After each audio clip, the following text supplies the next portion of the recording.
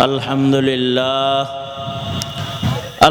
لله وكفى وسلام على عباده الذين اصطفى أما بعد فأعوذ بالله من الشيطان الرجيم بسم الله الرحمن الرحيم وما خلقت الجن والإنس إلا ليعبدون وقال النبي صلى الله عليه وسلم أول ما يحاسب به العبد يوم القيامة الصلاة وقال النبي صلى الله عليه وسلم من حج لله ولم يرفث ولم يفسق رجع كيوم ولدته أمه أو كما قال عليه الصلاة والسلام اللهم صل على محمد وعلى آل محمد كما صليت على إبراهيم وعلى آل إبراهيم إنك حميد مجيد اللهم بارك على محمد وعلى آل محمد كما باركت على إبراهيم وعلى آل إبراهيم إنك حميد مجيد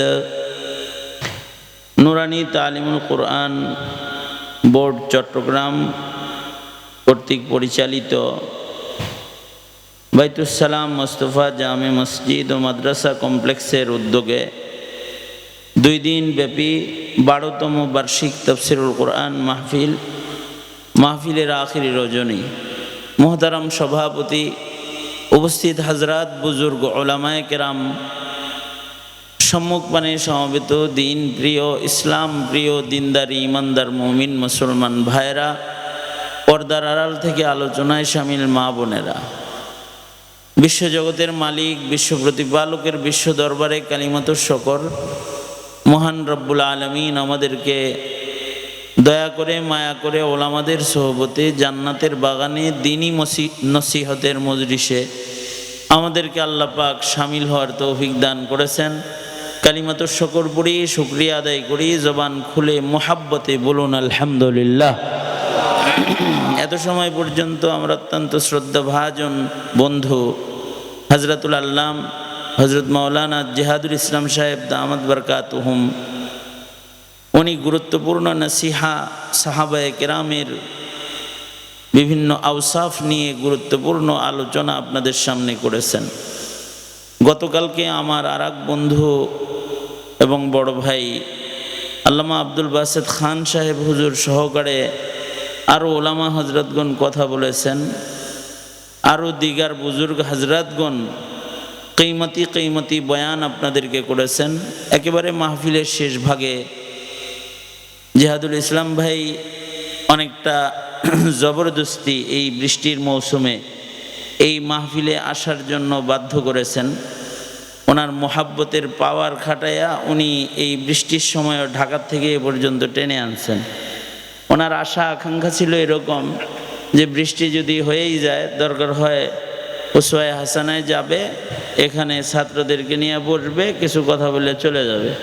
ধান্দাটা অনেকটা এরকম নিয়া উনি এই বৃষ্টির মৌসুমের মাহফিলের সদারাত উনি করে এই মাহফিলের সাথে এবং এই মাদ্রাসার সাথে ওনার আন্তরিকতা মোহাব্বতকে প্রকাশ করেছে। আর আমাদের উপরে ওনার যে কর্তৃত্বটা আছে এটাকে উনি একেবারে বাস্তবায়ন করেছে। বহরহাল বসে গেছি যে কোনো উপায়ে আপনাদের সামনে মশহুর আয়াতে কারিমা এবং মশহুর হাদিস আপনাদের সামনে পেশ করেছি। এইগুলোকে সামনে করে একটা সবক আপনাদের সামনে তাকরার করার ইরাদা, আল্লাহ পাক কিছু জরুরি কথা আপনাদের কানে পৌঁছাইবার তৌফিক দান করেন। আপনারা দোয়া করুন, বলুন আমিন। আমাদেরকে একজন বানিয়েছেন, তিনি কে? আরো জোরে আওয়াজ করে বলেন তিনি কে? সকলে মিলে আল্লাহকে ডাক দেন, ইয়া আল্লাহ। আরো জোরে আওয়াজ করে ডাকুন, ইয়া আল্লাহ। বলেন আল্লাহ পাকের তাসবিহ পড়েন, নামের তাসবিহ পড়েন। বলেন সুবহানাল্লাহ, বলেন আলহামদুলিল্লাহ, লা ইলাহা ইল্লাল্লাহ। জোরে আওয়াজ করে উঁচু স্বরে বলেন আল্লাহু আকবার। এই যে আল্লাহকে ডাকলাম, এটাও একটা ইবাদত। আল্লাহর নাম নিলে এটা বড় ইবাদত। ওয়ালা যিকরুল্লাহি আকবার। আর ইবাদতের জন্যই আল্লাহ পাক আমাগরে আসলে বানাইছেন, কারণ ইবাদতের মাধ্যমে আল্লাহর মুহাব্বত প্রকাশ পায়। লিয়াবুদুন আই লিয়াশিকুন। মানুষ এবং জিনকে আল্লাহ তাআলা বানাইছেন ইবাদত করার জন্য।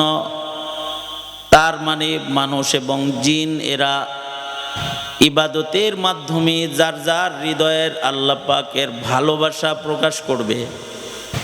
এই মাকসাদে আল্লাহ তাআলা ইনস ও জিনকে বানাইছেন যে তারা আল্লাহ তাআলাকে ভালোবাসবে এবং তাদের ভালোবাসা আল্লাহ পাকের গোলামির মাধ্যমে তারা প্রকাশ করবে।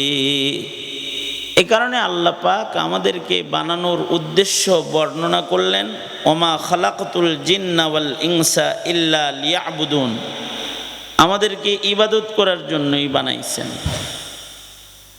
আমাদের উপরে আল্লাহ পাক যে সকল ইবাদত ফরজ করেছেন,